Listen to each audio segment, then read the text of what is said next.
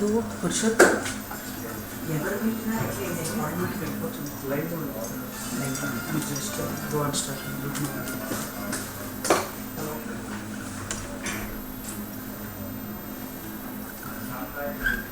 Good morning to one and all. So today we'll be starting the organization of DNA. DNA is a nucleic matter that is present in our body. So nucleic acids. So nucleic acids are responsible for storage and expression of genetic information. So what are the two nucleic acids that are present in our body? DNA and RNA are the two nucleic acids that are present in our body. The storage part is of the genetic information is done by DNA, and expression of that genetic information is done by RNA. The DNA is a storehouse of genetic information. It stores all the genetic information that is present in the body, and it is stored mainly in the nucleus. And the storage form, it is not only present in the in eukaryotes, it is stored in nucleolus. Because it is a storage one, it has to be protected. So it has to be protected. That's why it is present in the nucleus, and that too in the nucleolus that occupies the center of the nucleus. So you can imagine how many covers are there that will be protecting the genetic information. And not only in the nucleolus, the DNA is also present in some amount of DNA is also present in mitochondria and also in the chloroplast.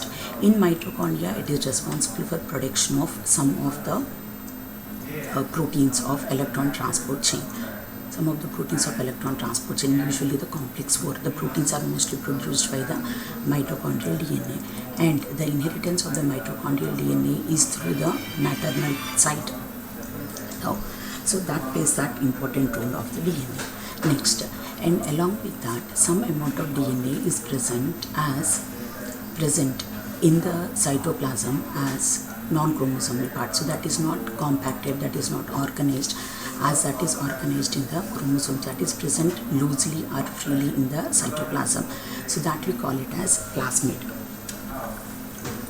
The transcription is the first stage in which the genetic information is transferred from the nucleus into the cytoplasm. So any information that is present in the nucleus, if it has to go into the cytoplasm, the first stage that is done is called as a transcription. Next, we have three processes that is called as the genome or the central dogma of the life. That includes replication. The replication is a process of copying of parent DNA to form the daughter DNA. In the replication, the parent DNA is duplicated and that will go into each of the daughter cells. And as we know, the replication is a semi-conservative type of the process. So the daughter DNA, like the daughter cells, will inherit half of it from the parent. So one daughter will have one set of the DNA, and other daughter will have other set of the DNA. So that is why we call the replication as semi-conservative type of replication. Next, transcription. So this is about the formation of the daughter cells and all that. Now, per se, for the cell to get survival, or for the cell to survive, so it will be requiring continuous production of proteins, vitamins, and all proteins and enzymes and everything. So many are required for the cell to survive. So the DNA will give the instruction, it will take up the message to produce what proteins that are required. So a part of the DNA is activated, and that will be coding for that particular protein. So that part of RNA is transcribed, and it is transcribed as mRNA. Now this mRNA from the nucleus will come out into the cytosol, and that mRNA is read, and from that the protein is being synthesized. So the process by which from the RNA the protein is formed, we call it as a translation. So that in the translation process, the genetic material in the DNA that gives an instruction that is translated via the mRNA to form the particular protein. So the genetic material will give, the DNA will give the instruction.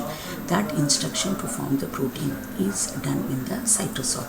So that transfer of that is done by RNA. So first, messenger RNA, it will pick up. So we have three types of RNAs. mRNA, that is messenger RNA, tRNA, that is transfer RNA, and rRNA, that is ribosomal RNA. This mRNA picks up the message from the DNA, then it will enter into the cytosol. Over the mRNA, the message is read by the ribosomes. The ribosomal RNA, the ribosomes with ribosomal RNA will sit on the mRNA and they will transcribe the message or the codes that are present on the mRNA. Now this tRNA is the one that is responsible for getting each amino acid so that finally an amino acid is formed. And at the end of the translation procedure, this mRNA ribosomes, all of them will get degenerated. The mRNA will get degenerated, tRNA and rRNA will remain like that. Class, huh? Yes, sir. From here, Yeah, that I think it's going on live show. It would be better if it is in the department. Very disturbing, sir. And the starting will feel somewhat very conscious. That's what it will be. Because I have used it.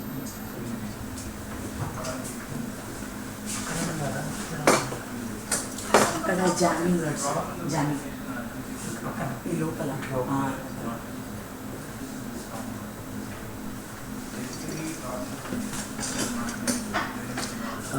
Sorry for the disturbance. So we are at replication, transcription and translation process. This flow of information from DNA to RNA to form the protein, that whole thing we call it as central dogma of molecular biology. So that is given like this.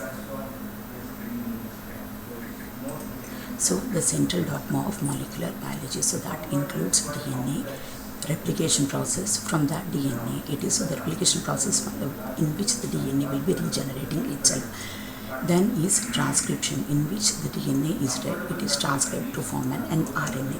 Now from the RNA, translation will occur and that will result in the formation of the protein. Next, organization of DNA. Now we have seen, you have already seen the proteins.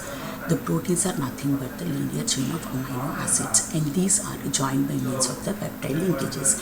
In the same way, we also have the DNA. So the DNA is nothing but it is a linear chain of nucleotides. The nucleotide, so you call it as polynucleotide.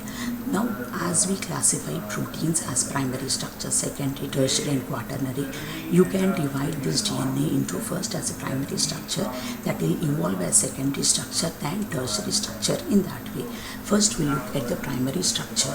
The primary structure includes the polynucleotide. So this polynucleotide is nothing but, so this is one polynucleotide. So what do we have in the polynucleotide? You have a nitrogen base, that is thymine. And I think people remember you have two types of the nitrogen bases. You have purines and pyrimidines are the two types of nitrogen bases. Now in the purines you have adenine and guanine comes under purine.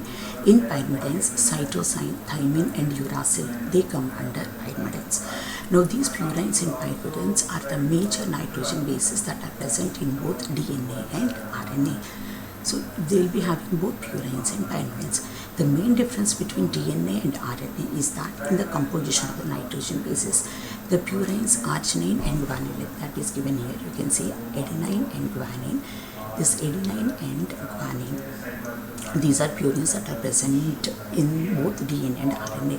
Whereas when you are talking about the pyrimidines such as cytosine and thymine, cytosine is present in the DNA, but instead of thymine you have uracil in RNA. So RNA will have cytosine, along with that it will be having uracil. So it will have a cytosine and then it will be having an uracil. So you will be having an adenine, guanine, cytosine and thymine in DNA. You have adenine, guanine, cytosine and thymine in adenosine, guanine as purines, cytosine and uracil in cytosine and uracil in RNA. Now, what do you mean by a nucleotide? As I have shown here, you have a nitrogen base, and to that nitrogen base, you have one glucose that is attached to that. So this is thymine, to that ribose is attached. You remember nucleotide, we call it as DNA, that is deoxyribose nucleic acid. So this is a ribose, deoxy. Why? Because at the second position, this is a pentose. You can see here the pentose, the structure of the pentose. This is first carbon, this is the second carbon. Second carbon doesn't have OH, the O is not there, so that is why it is deoxy. So this is deoxyribose. To the deoxyribose at the 5th position, you have phosphate attached to that. So this is one nucleotide. So this is one nucleotide. This nucleotide will be having thymine, ribose and one phosphate. So it is called as a nucleotide. And this we name it as thymidine. The nucleotide of thymine is called as thymidine. Now, if you take the example of cytosine, the nucleotide form of the cytosine is called as cytidine. In the cytidine, we have a cytosine. To that, a deoxyribose is there, and to this deoxyribose, at the 5th carbon, we will be having Lost.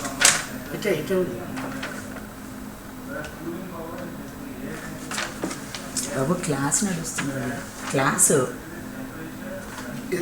Class నడుస్తున్నది phosphate. So next is cytidine. The cytidine will be the cytidine in the second carbon. You will be having hydro instead of it is a deoxy. So in the second position you don't have oxy. Now to that you have phosphate that is attached at the 5th carbon. So this is one nucleotide that is called as cytidine. Now this is another nucleotide that is adenosine. Adenine nucleotide is called adenosine. The guanine nucleotide is called guanosine. The cytosine nucleotide is called cytidine. The thymine nucleotide is called thymidine. So once again I'll explain it to you. This is a thymine nucleotide. In a nucleotide, you will be having a nitrogen base. This is a nitrogen base. And you will be having a deoxyribose. A nitrogen base, a deoxyribose. To the 5th carbon, you will be having a phosphate. There will be a phosphate group attached. So a nucleotide will have a nitrogen base, deoxy sugar and a phosphate. So this nucleotide, if the thymine is a nitrogen base, you call it as thymidine. Next, cytosine, you call it as cytidine. In the cytidine, you have a cytosine as a nitrogen base, you have a deoxyribose, and at the 5th carbon of the ribose, you have phosphate attached. In the same way, this is adenosine. Adenine is a purine. So to the adenine, you call it as adenosine. The nucleotide form of adenine is adenosine. So this adenosine, this is a nitrogen base that is present. This is a deoxyribose that is present. And this is a phosphate that is attached to the 5th carbon. So I think I made it clear. For a nucleotide, you will be requiring a nitrogen base, you require a deoxy sugar, you require a phosphate. Now like individual amino acid, you have got individual nucleotide. Now to form a linear chain, there should be some bond. Like for proteins, you have peptide bonds. In the same way, for the nucleotides, you will be having the phosphodiester bonds. Like for amino acids to form proteins, you will be having the peptide bond.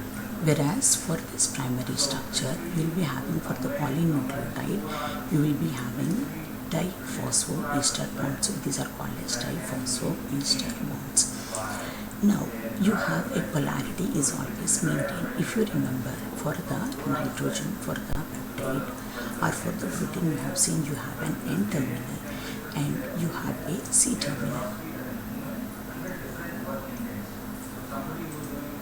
So you have a N terminal. For a peptide, you have a N terminal and you have a C terminal. So in that way, for a protein, you have N terminal and C terminal.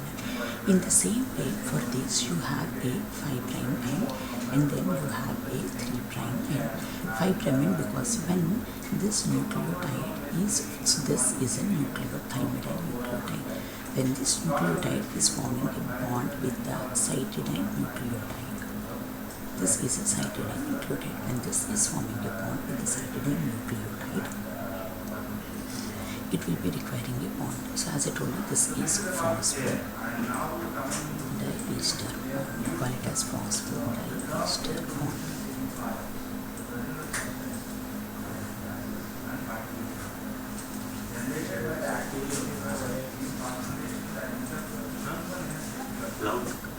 Louder. నిమిషం ఇది live అవుతుందా వింటున్నారా students? ఇది ఇప్పుడు ఎట్లా erase చేయాలి? వేసింది చాలా డిస్టర్బింగ్గా ఉంది ఇక్కడ చేస్తే. ఇప్పుడు రాసింది ఎట్లా ఎరేజ్ చేయాలి? కొన్ని ఎక్స్ప్లెయిన్ చేయడానికి రాయాలి కదా, ఇలా ఇండివిజువల్గానే చేయాలా?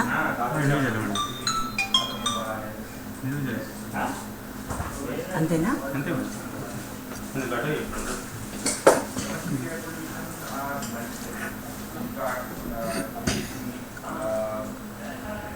So as I told you, as I mentioned it,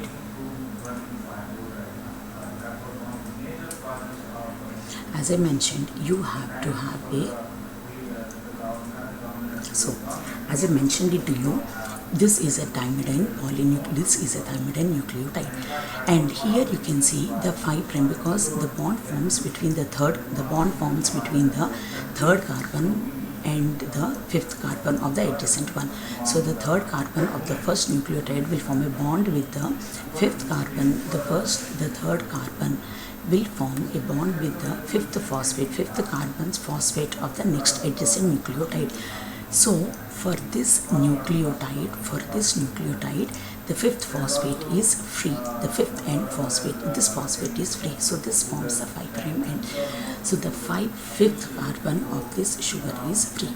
Now when the chain continues like that, when it goes to the end, like if this is the end, if this nucleotide ends with the adenine, you can see that the third carbon here, the third carbon OH is free. Further, there is no formation of bond here. So no further bond is forming. Now just once again I try to explain it because I don't know whether you have got it or not. This is imagine a polynucleotide which is starting with a thymidine and ending with adenine. And as I told you, the polynucleotide of thymine you call it as thymidine, and the nucleotide of thymine you call it as thymidine, and the nucleotide of adenine you call it as adenosine. The bond forms between the third carbon of the deoxyribose to the fifth carbon's phosphate of the adjacent nucleotide. So the third carbon oxygen will form a phosphodiester bond with fifth carbon's phosphate. So for the first nucleotide, the fifth phosphate is free. Fifth carbon's phosphate is free. Now when the polynucleotide chain goes on like that, here the third carbon OH is free. The third carbon OH is free. That is why you can name it as 5' and 3'. So in that way you have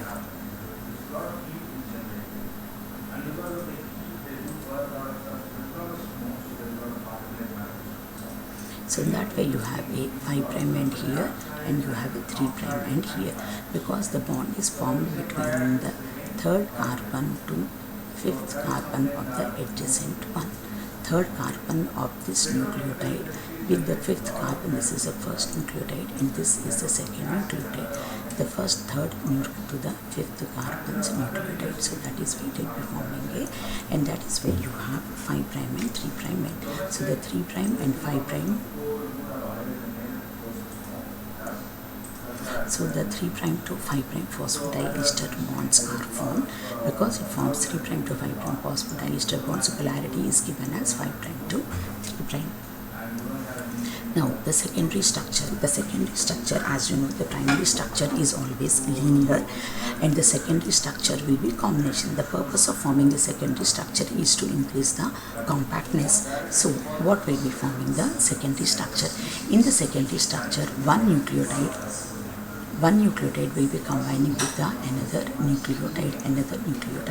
So this nucleotide, cytosine and guanine, will be combining and they will be forming they are connected by 3 hydrogen bonds. Whereas adenine, this is called as base pairing concept. This base pairing concept follows a rule that is called as Charpap's rule, where adenine will always pair up with the thymine and guanine will always pair up with the cytosine, or it is other way around also. That is cytosine. A bond is always formed between cytosine and guanine and thymine and adenosine. This is for the RNA. So in that way, always it is a formation of bond between that way. So this adenine is a purine, guanine is a purine. So always purine do not combine with each other. One purine and one pyrimidine will form a hydrogen bond. So adenine is a purine and thymine is a pyrimidine. So one purine, and so it is AT and GC. This is how the hydrogen bonds form. Now when guanine and cytosine are forming the hydrogen bonds, the strength is maintained when they form 3 hydrogen bonds, whereas between adenine and thymine you have only 2 hydrogen bonds. Now here you can clearly see the structure of that. This is a nucleotide that is present. This is the ribose sugar, that is a deoxyribose sugar, and this is the phosphate. To the first nucleotide, the 5th carbon's phosphate is free because the bond is formed between the 3rd carbon to the 5th carbon's phosphate. So from second ribose onwards, the phosphate is involved in the reaction. So this chain will go on like that. Now what is the end here? So this is a 5' end.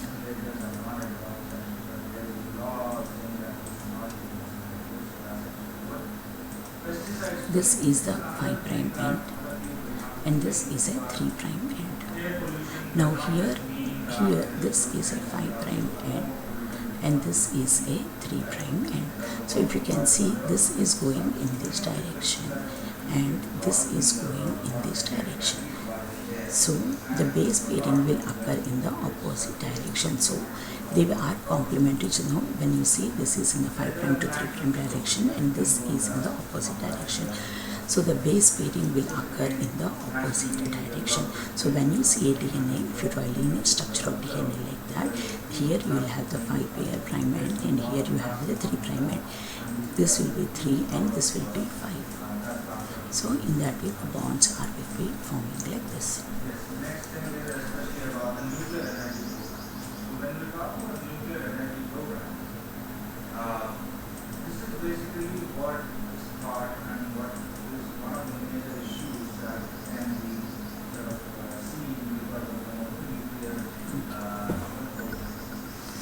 Now this is a double-stranded DNA, which I just want to tell you.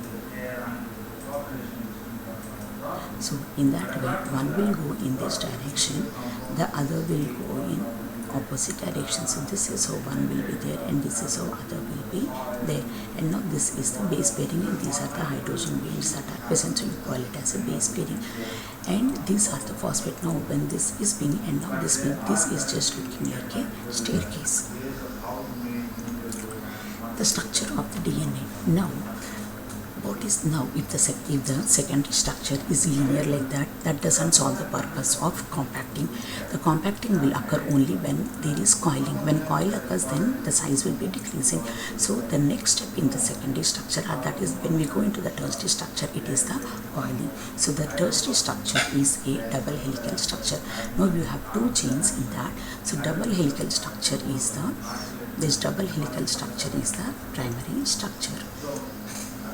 The double helical structure is a tertiary structure. So the formation of hydrogen bond, this is a secondary structure, and the tertiary structure is a double helical structure.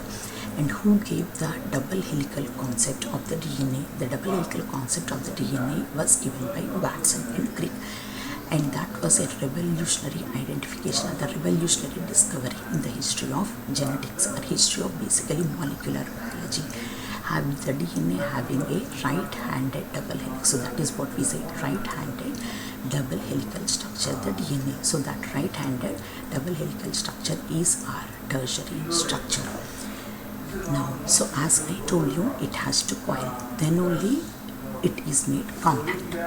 So in the double helical structure, the chains are paired. You have seen 2 chains are there and they run anti-parallel. One is going from 5' to 3', another is going from 3' to 5'. Now the hydrophilic deoxyribonucleic, we have seen that you have a nitrogen bases at the center which are connected by the hydrogen bonds. Then adjacent you have riboses, then adjacent to that you have phosphates. So the hydrophilic, this deoxyribose and the phosphates are hydrophilic in nature. So when they are forming a coil, these are present at the outer side, and inside is occupied by the hydrophobic bases. The hydrophobic nitrogen bases are stacked inside, and when they are turning, they do not turn symmetrically. They basically take somewhat a twist when they are turning. As a result of that, when anything turns, you have grooves in between, but because they are not turning equally, the grooves have become bigger ones. You have a major groove and you will be having the minor groove. So because the turning is not symmetric. గట్టిగా మాట్లాడలేదు అసలు వినపడుతుంది. Sound రావట్లేదు అదే వస్తుంది ఆ sound ఎంత గట్టిగా ఉందంటే మీరు మాట్లాడలేదు చూపిస్తుంది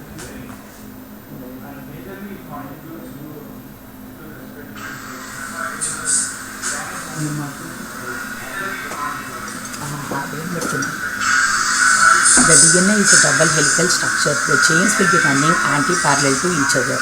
The hydrophilic deoxyribose, the hydrophilic deoxyphosphates are present on the outside. Here you can see the hydrophilic deoxyriboses and the phosphates are present on one.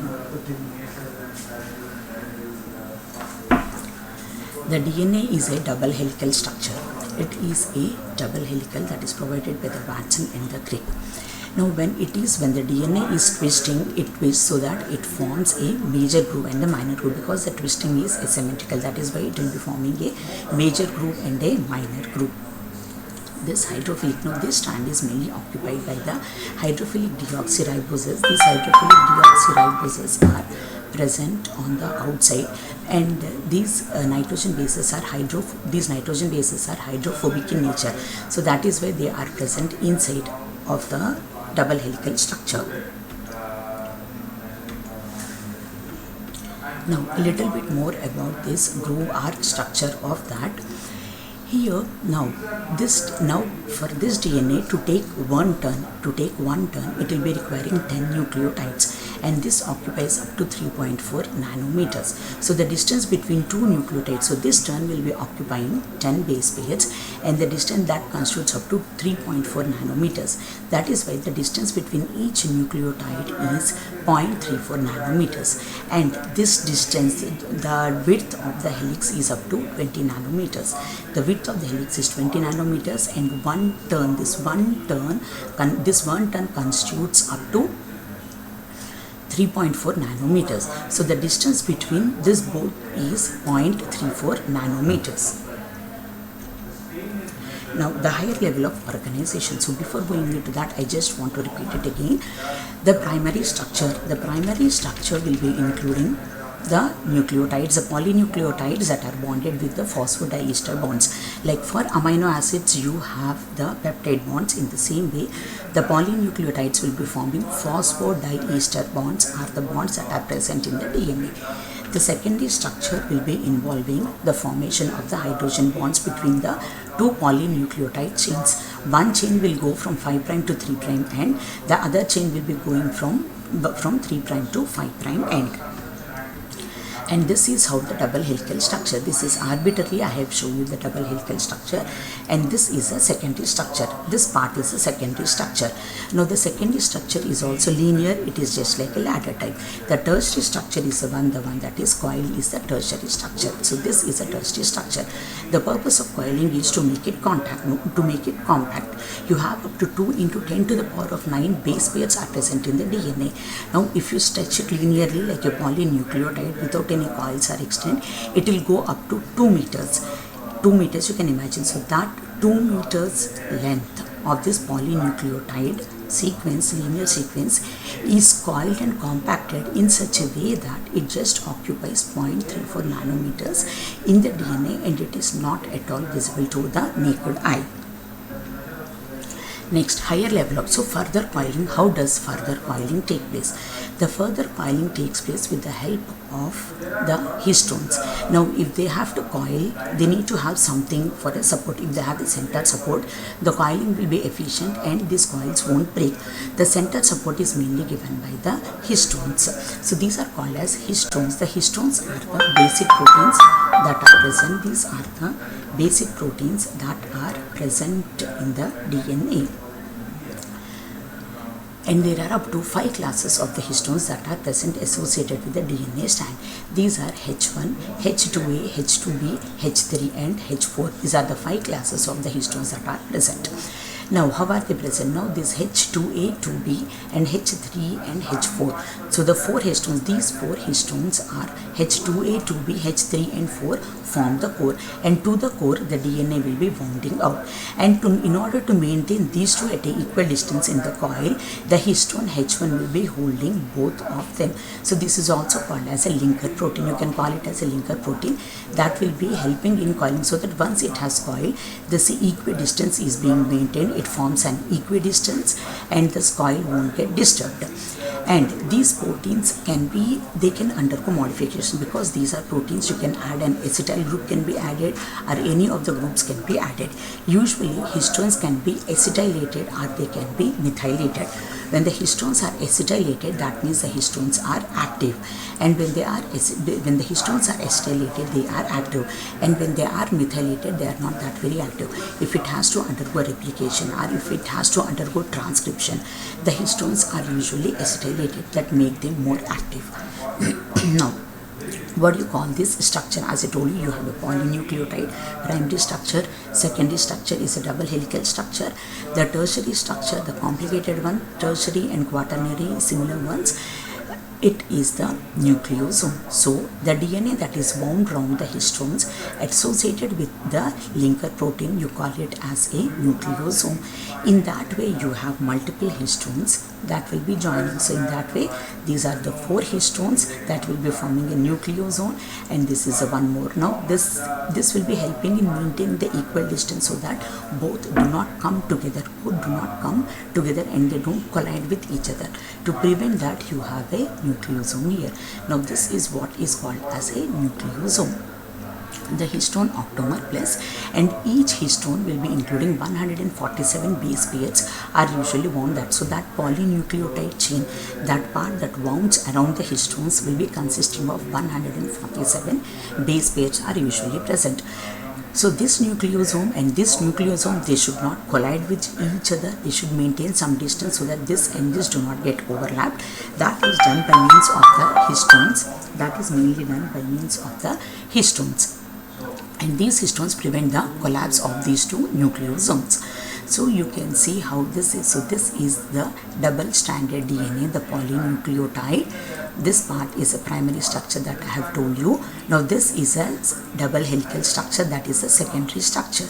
This secondary structure is bound around the histones in that way to form the nucleosomes, and this will be forming the nucleosomes. These nucleosomes will form the further tertiary or the quaternary structures. And when these nucleosomes are tightly packed, they form the quaternary structure that is called as a nucleofilament. So the primary structure is the linear polynucleotide chain. The secondary structure is the one that will be having the hydrogen bonds like that. Then the tertiary structure is the coiled one, that is right-handed double helix that is coiled like this. This forms a tertiary structure. The one that is wound around the histones and that is compactly arranged, that will be forming the nucleofilament, that is a quaternary structure. To repeat with, you have 147 base pairs of the polynucleotide that is wound around each histones, and to prevent this set of octamer of histones to another histone, this is called as a linker protein, that is H1 histone, that will be preventing both of them to collide with each other. So this is how the chromatin is organized. This is the primary structure. You have an octamer of the you will be having an octamer or the beaded chain of the nucleotide. Then these are further compacted to form the nucleosomes, and it will be forming the nucleofilament. These are further coiled in such a way that they are forming a chromosome. Now in the chromosome, so this part is what that you can see. Now this is a whole chromosome. You will be knowing this from your 6th or 7th class onwards. You have understood the structure of chromosome. It has this is called as a centromere, and you have the 2 chromatins that are present. The ends are called as telomers, centromere, and these are called as telomers, and these are the chromatin that is present. Now if you just want to look at what is present in this small part, if we unwind, you are able to open the polynucleotide chains that are coiled. You can further open it the chromosome is forming the chromosome scaffoldings. When you further open it, you have a nucleofilament, and when you further open it, you can see there are the nucleosomes, and when you further open, you can see the double helical strand. Double helical strand, nucleosome, nucleofilament, chromatin and chromosome, the order that goes in that way. So the polynucleotide chain, then polynucleotide, double helix, nucleosome, nucleofilament, chromatin and chromosome. That is a level of organization of the chromosome. The polynucleotide length is 2 nanometers, and it is so many nucleotides, almost 2 into 10 to the power of 2 into 10 to the power of nucleotides are compacted to form 1400 nanometers chromatin. So once again, now as I have already mentioned to you, there is methylation or acetylation that will be affecting the histones.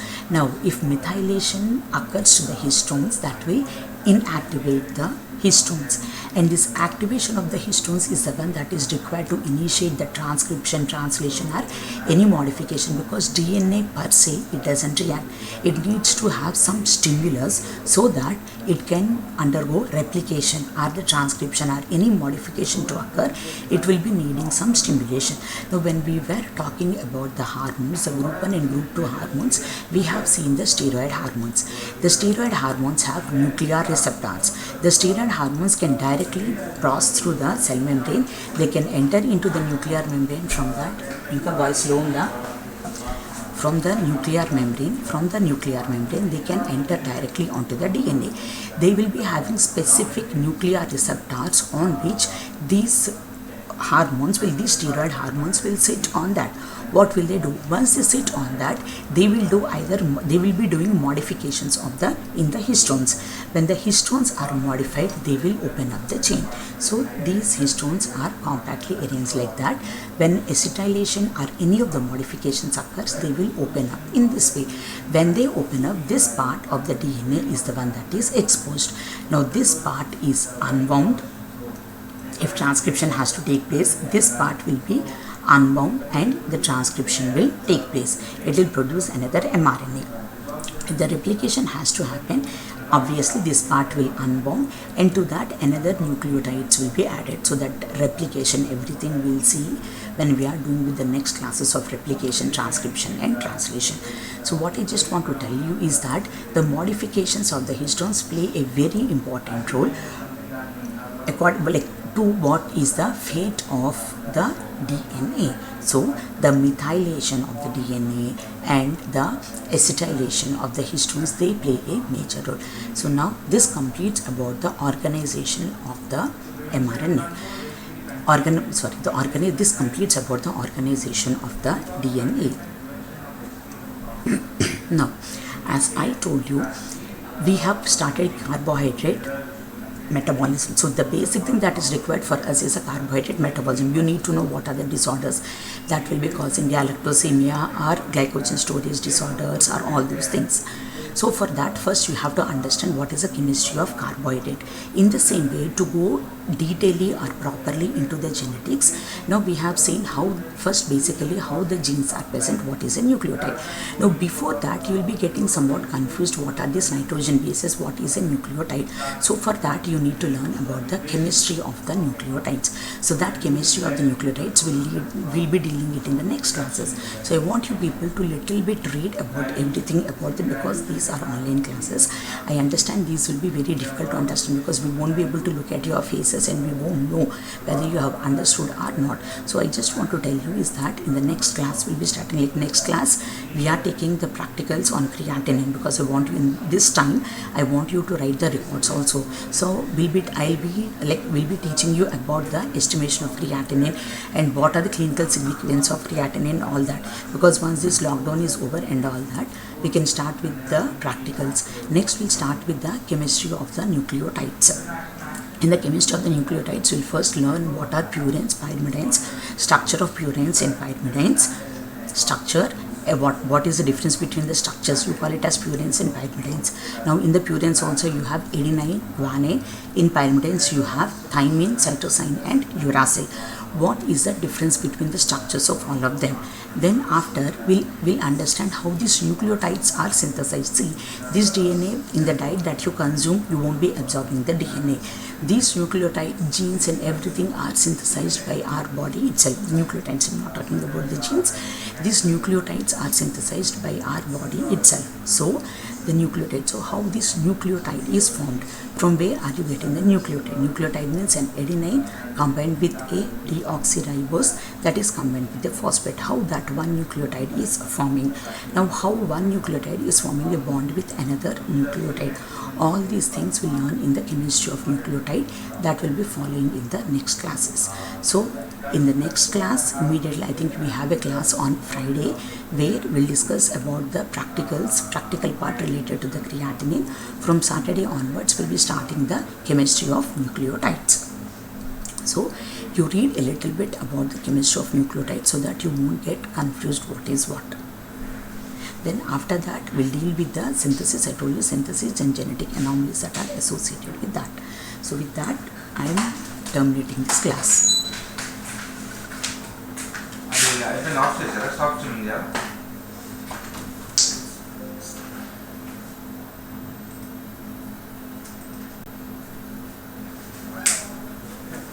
So should I stop streaming or? Stop streaming, sir.